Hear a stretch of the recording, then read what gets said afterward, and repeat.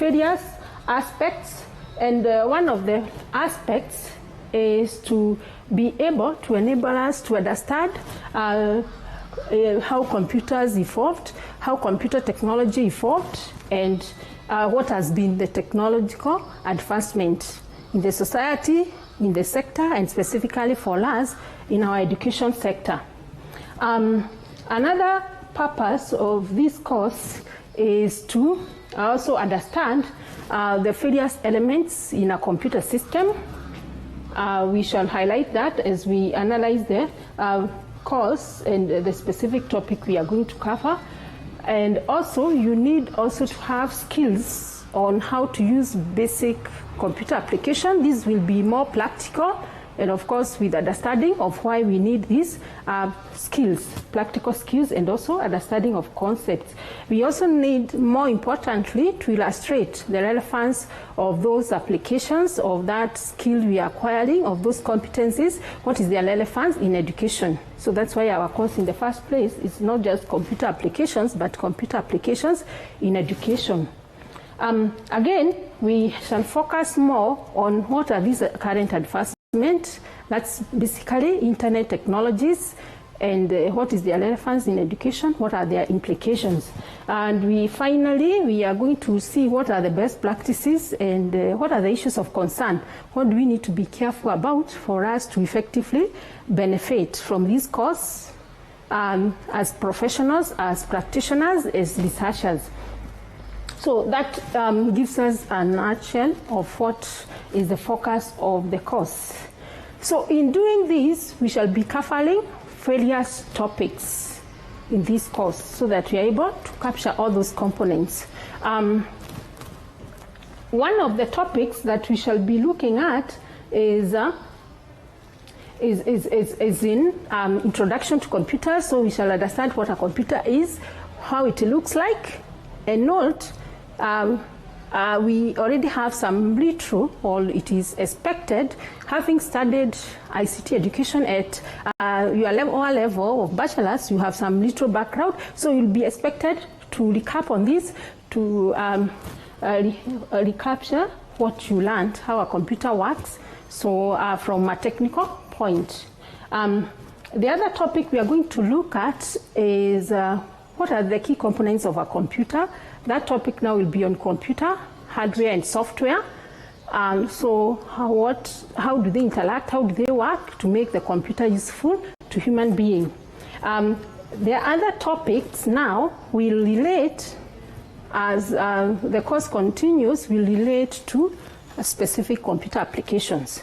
So there are selected computer applications or computer programs that we shall be studying, and we are going to explore each of them from a theoretical aspect and practical aspect, and how it is their usefulness in our areas of application or our areas of use. So each of those topics include, the first one will be operating system. That will be the first application we are going to be learning as a topic, and in this we shall be using Windows platform as an operating system. Then we shall move on to the next commonly used application, that is word processing. And that's, when we say word processing, is a collective term. Then we are going to choose within it, within the topic, we are going to choose a specific application that's a word processor. Then we see how to use it, how to apply it, and its relevance to us as educators or educational practitioners. The next topic will be on spreadsheets, and we are going to focus on a specific program because spreadsheets are many. We are going to use a window-based spreadsheet, that is MS Excel. The next one will be database management systems. Database management systems will help us to be able to understand how to manage data, from the way you collect it, from the way you organize it, and how you make it usable or easily usable. And again, it should also be retrievable in future. So we are going to use a database system using Windows. Our basic application in this case will be MS Access. The next application will be on presentation software, which are basically used to allow you to have a presentation for your audience. You want to deliver a lecture, some content, you have some audience. So presentation software, it implies that you are presenting something to an audience or to some audience with a specific focus for a specific purpose. So the software will facilitate you to make a presentation, an enhanced presentation, an effective presentation. The other applications that will be of our interest are internet-based applications or programs, and we shall pick the most relevant one. Of course, there are so many internet technologies and programs, so we are going to focus on some specific programs. So that will inform mainly most of our content, studying each of those applications, which entails both the theoretical part and the practical part. Towards the end, we shall have another topic on what are the best practices. You, as you use computers, what should you do or not do? What are the do's and the don'ts? What will support you to make effective use, to be efficient in using those computers? So those are what we shall call best practices. So there are so many. We shall highlight on the most common ones, and then we shall have an assignment to explore or to reflect on other practices that could be necessary depending on your context or what you're doing with computers. And our last part will be on what are the issues of concern in using computers. What we mean by issues of concern, what could bring hindrances, what could be a handicap, what could be a bottleneck. That will focus mainly on ethical issues and mainly ethical issues and security issues. So those will be our key issues of concern. And that will inform our course content and each of the topics we are going to cover.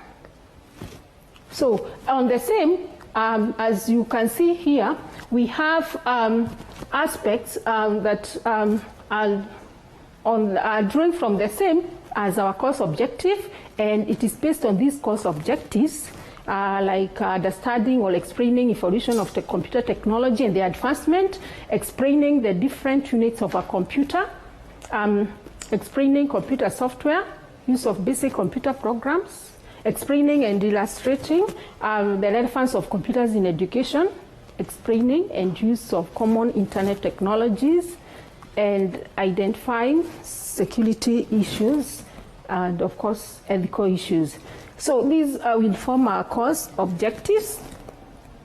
Or what we mean by course objectives, what are our learning goals? And from these goals, it will be a guide of what we are looking forward to in this course. So it's very important to bear them in mind so that you have a clear focus. That's what the course objectives helps us to do in the class. Again, it is from these course objectives that we shall also be able to evaluate ourselves, to assess ourselves. That brings us to the learning outcomes. So by the end of the course, what will you have to show as your new knowledge in how you understand maybe computer technologies, how you understand to use certain applications, and how you understand their specific purpose, and how you can adapt that to new needs as a user. So those will inform our learning outcomes, the course objective. So we shall use these objectives to evaluate, to assess ourselves, to see whether we have the right learning outcomes, which means these are the knowledge, skills, and of course attitudes in computer applications. And as I said, before we move on to specific, to our introduction as part of our topic one, I want us to remind ourselves, the level we are doing this course, we need to be more critical. We need to be more analytical, because it's not a basic application at this level that you're doing your course as a master's student. It means you'll be leading how to use this. You'll be directing others.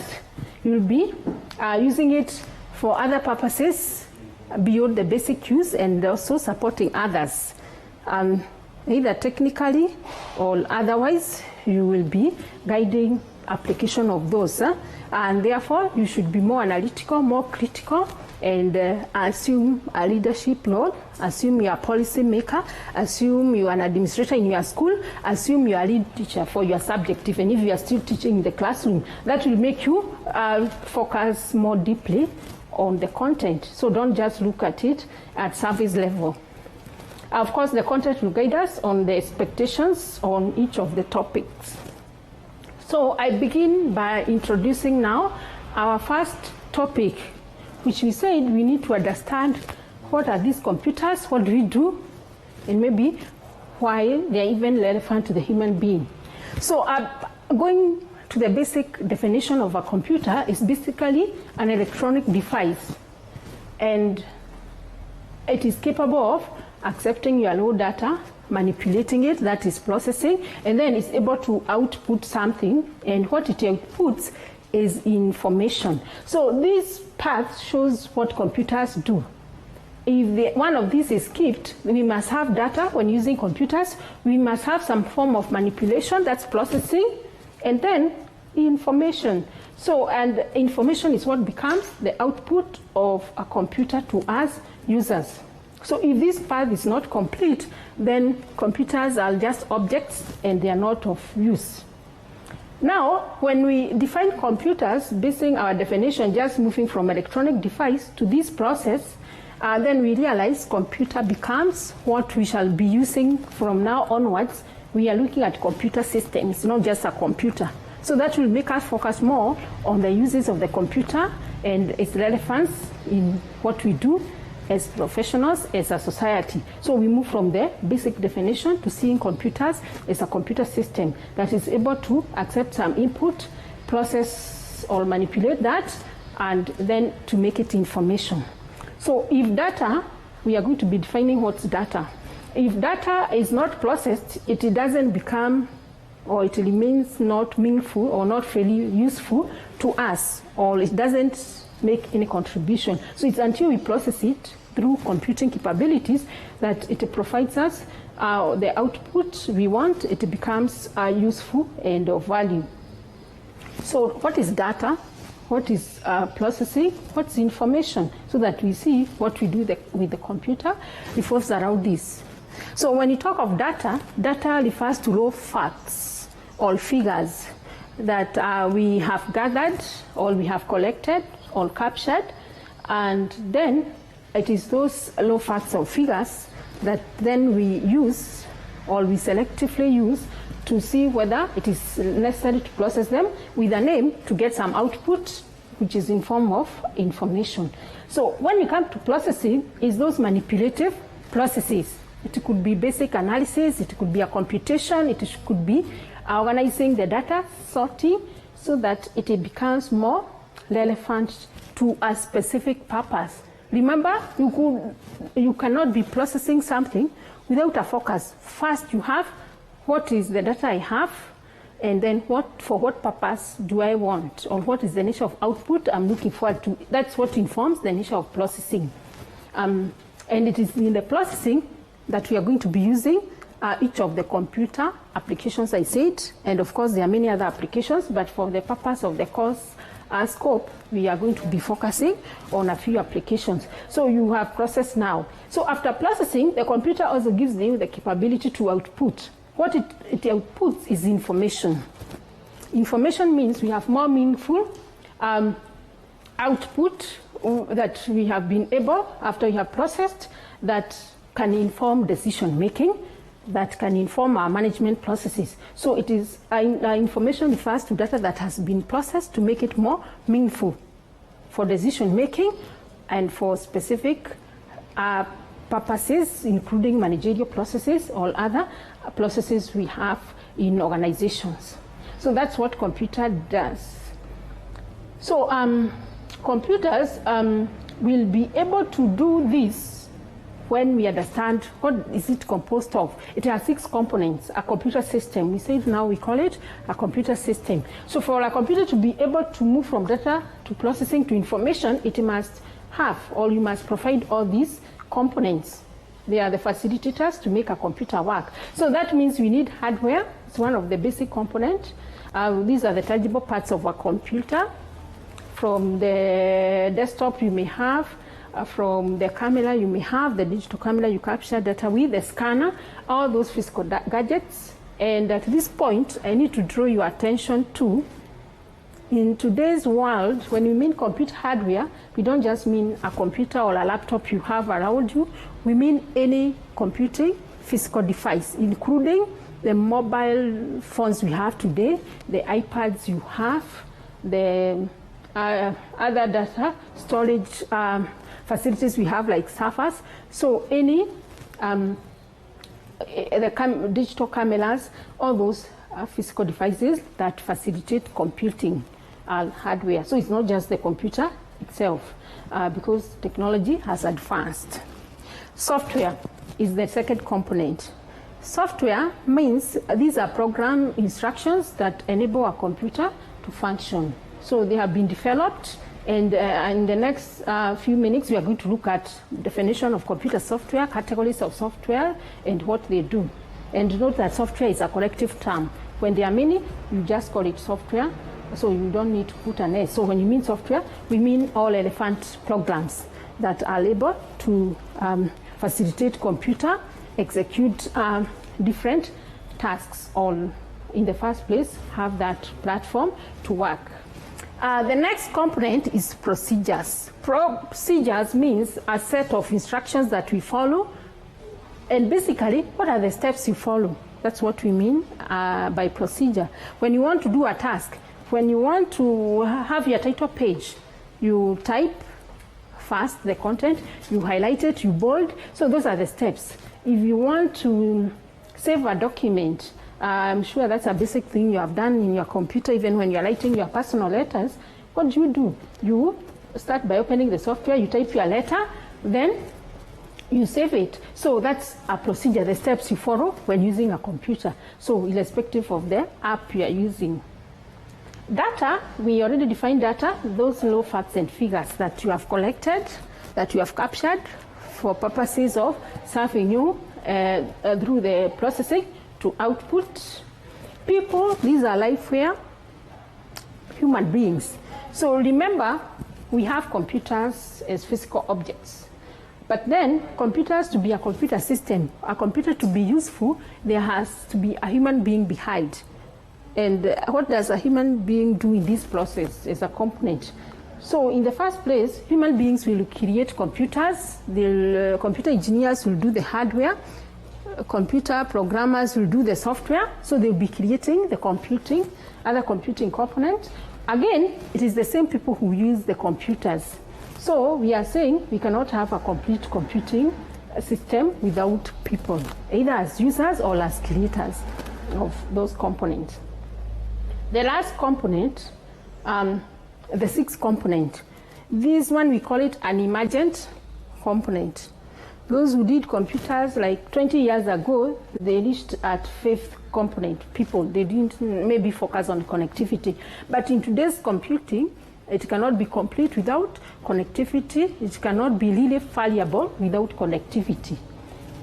And what we mean by connectivity is what is the networking capabilities of computers.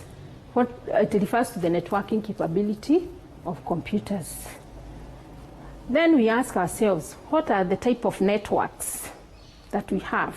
So we have the wide area network. That means like internet, regional networks that are more widespread or that connect different places which are geographically not closely located. That's wide area network. We call it WAN, W-A-N. Then we have local area network. That means we are going to have network within a computer lab. Within a little section, computers have connectivity. So a role of computers in the society, in organization. So that brings us to the other aspect. So we know now what computers is, or are for that matter, and what makes them. Then what is the role of computers? What is the role of computer system? And at this point, I use the term ICT to make that definition of a computer system more inclusive, meaning information communication technologies will make that computer system complete. So in the society, in organizations. Society means the whole humanity, because whether you're in an organization in the first place, you are serving the society. Organizations means we have specific organizations or firms that have specific focus, specific goals that they want to achieve with computers. So there is the global aspect and then the organization, which may have a specific mission. So the role of ICT. The role of ICT in the society means we have information systems and data processing. That means this refers to information systems that have integrated capabilities. So information systems refers to use of computer in an integrated manner. So these are systems that integrate all processes in an organization to deliver a service. A good example, we are already users of the university MIS, for example. That's a part of information systems that brings all the processes together for you to be able to deliver a service. Personal computing is the next role. This means use of computers to do your personal tasks, like you have your calendar, you are sending emails, you are doing your own content like self-study. So you'd use the computer, like Gmail, to send emails. You'd use the Google Calendar or your phone calendar, etc. We have science and research, whereby you apply computers to support you in sciences. For example, there are computing devices. Remember we said a computer is not just a standalone device, it could be embedded. So scientists are using embedded computing devices to do experimentation. Those who make medicine, engineers, aircraft engineers, so they could be using all those things in their science as they develop airplane or other automated gadgets that use computer-based system. So the science and research, also data analysts or researchers also analyze data, so they use computer applications. Process control is another area of use.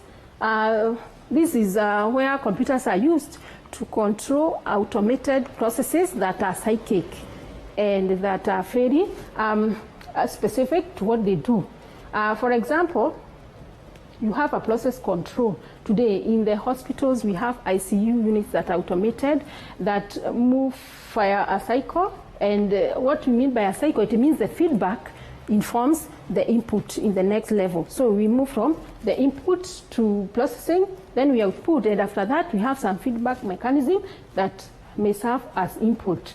So that cyclic process, when it's automated, it becomes a process control, and we are able to use today ICT to make this process more effective, including we have some process control in some human beings who have automated heart pacers. In hospitals, we have ICU. We have use of computers in education. We shall be focusing on that. We are using computers for e-learning. We are using computers to teach. That's one role. And the last component is artificial intelligence. Artificial intelligence means the robotic capabilities, meaning that computers can simulate human beings, either mechanically or through by doing sensory functions. So when computers can do that, either through robotics or intelligence that imitate human senses, then that is a field of intelligence.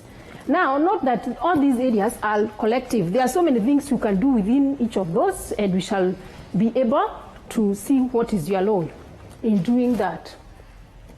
The next thing that we want to focus on is classification of computers.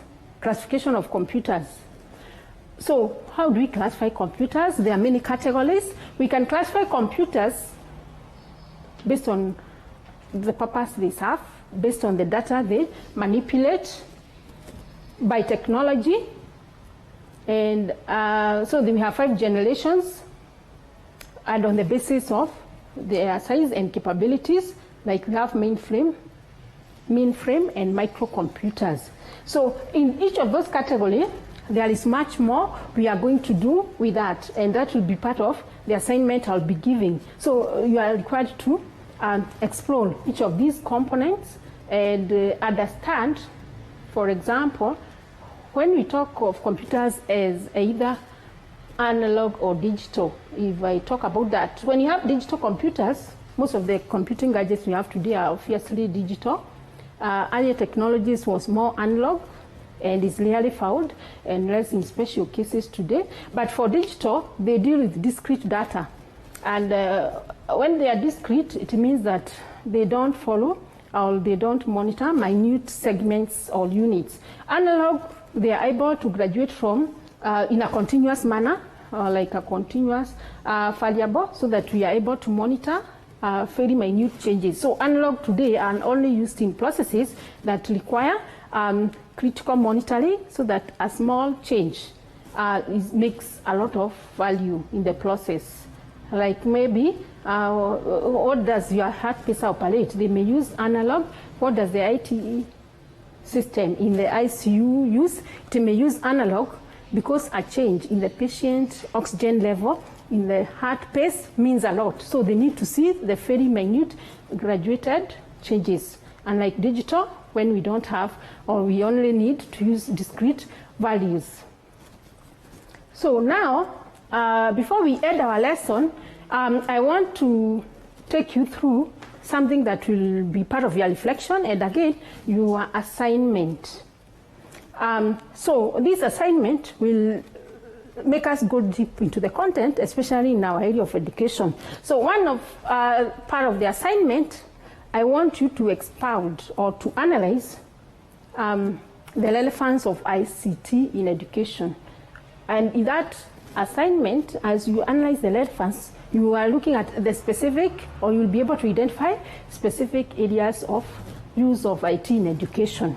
So that is a discussion you can write in 2 pages, because there are various sub-components, sub-areas where we use computers in education. So you are expanding on that role. And it is in doing that that you're going to go into depth. So analyze the use of computers in education and be specific to each area of use and give an illustration. The other part of the assignment, or the second part, I want you to analyze types of computers by technology. So I explore the 5 generations and distinguish how one generation differs from the next. So as a guideline to doing that assignment or getting generations, make sure you have distinguishing characteristic from one generation to another, what becomes different, and that's the way it will make meaning. And finally, we shall have covered most of the things, all the items we wanted to cover in this topic. So those are your 2 items of assignment. So looking at application of computers in education in a critical manner, giving illustrations and examples, then analyzing computer generations. And that brings us to the end of our lesson, and you can focus on those as we proceed to look at the other topics. So these televised lectures supplement our robust online learning going on our MKU online platform. You can view more on our televised lectures via our online platform. We are in a digital era, and Mount Kenya University knows this. The following are the steps to follow so as to complete your online application. Download the application form from the website www.mku.ac.ke. Attach copies of your academic certificates and ID. Pay the application fees via M-Pesa pay bill number 270988. Your ID is the account number. 2,000 shillings is the charge for a postgraduate. You can also deposit in the bank accounts provided on the website. Then email all the above to apply@mku.ac.ke.